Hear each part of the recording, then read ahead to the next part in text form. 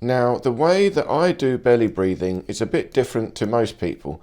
Most people talk about belly breathing and they talk about expanding the belly, let the belly relax, hang out. For me, it's about pulling the belly inwards. It's the opposite. The belly will still move, but it goes inwards and then outwards a little bit and then inwards. But it never goes too far out. You don't actually relax it totally and let it hang out. You see, because for me, the most important thing is the posture. So here I'm trying to get the spine. Locking out the legs, squeeze the glutes, lift the rib cage and shoulders up and back a little bit and pull the belly in. You see, you want this backwards arch, but to counteract that, you hold the belly in and the obliques, the two muscles at the sides.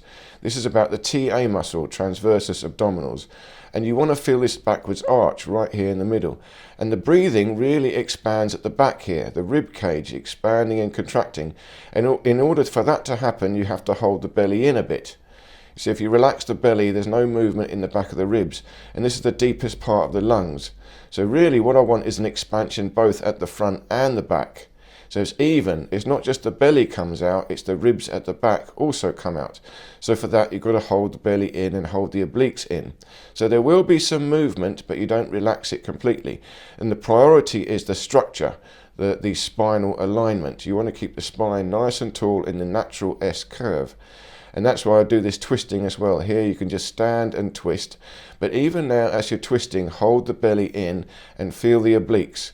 You're twisting left and right. That means you can have a bit of tension in the left and right oblique, feeling it pull inwards. So this is the alignment, but also the breathing. You're twisting and moving the spine, trying to keep it vertical. Just breathe evenly and smoothly, but try to feel that the expansion is at the back of the ribs. You're holding the rib cage up and back, the shoulders up and back a little bit, and you're pivoting on the spine.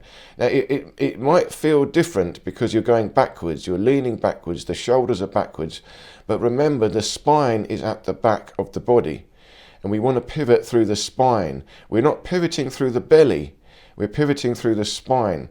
So the belly's got to shrink down, pull inwards towards the spine. And so that brings it all the way to the back. And remember, most of the time, whenever we move about, we use the back muscles. But we don't forget about the front muscles, the belly. So you're always overworking the back, but you never work the belly. So here again, try again, bent knees, slightly bent knees, again breathing, expanding the back of the ribs. You will feel a movement in the belly, but you hold it in, hold the obliques in, feel it expanding and contracting, but together with the back, the rib cage. And now what I want you to do is on the exhale, try and squeeze out all the air. So on the exhale, pull in the belly, really squeeze it in and trying to squeeze out all the air. But remember, on the inhale, it goes evenly front and back. So inhale evenly to the back of the ribs, even a bit in the belly, but exhale, pull the belly in all the way to the back towards the spine. And as you squeeze out all the air, you see it makes you pull the belly in more. That will exercise the TA muscle, the transversus abdominis muscle, the one that pulls the navel towards the spine. And the obliques, they pull in at the sides. You're trying to squeeze inwards all the air out, and that will work the TA muscle. And then when you breathe in, you don't breathe in all the way, again, only up to a certain point, because you want to expand at the ribs.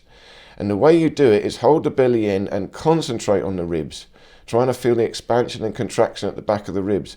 The belly will move naturally anyway, but the point I'm trying to make is we don't want it to hang out, fall out, because that compromises the spine and there's no strength in the lumbar. So now try finally here, big deep breath, big circle up, and again breathe out, hands come down in front. But as you do it again, you're holding the belly in, expand at the back of the ribs.